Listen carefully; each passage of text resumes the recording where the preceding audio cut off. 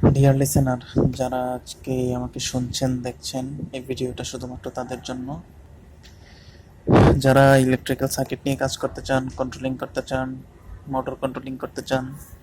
তাদেরকে basic level থেকে আমি সবসময় পাশে থেকে কন্ট্রোলিংগুলো শেখাবো, ডায়াগ্রাম শেখাবো। এটা হচ্ছে অনেক সহজ একটা কাজ, কিন্তু যারা নতুন তাদের জন্য খুবই শিক্ষণীয়।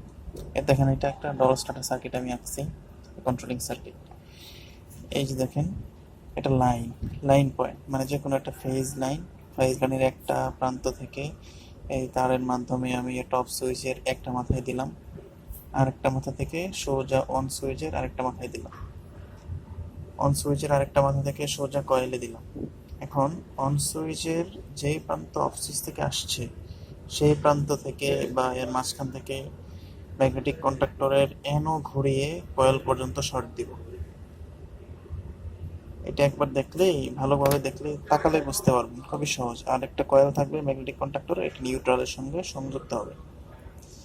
একটা কয়েলে নিউট্রাল, একটা কয়েলে ফেজ মানে লাইন, এই যে লাইন। আর লাইন থেকে আসবে হলো অফ সুইচ, অফ সুইচ থেকে অন সুইচ। একবার ভালো করে তাকান, তাকালে বুঝতে পারবেন। এরপর আমি ধীরে ধীরে star, delta, reverse, forward, controlling, power সব কিছু দেখাবো।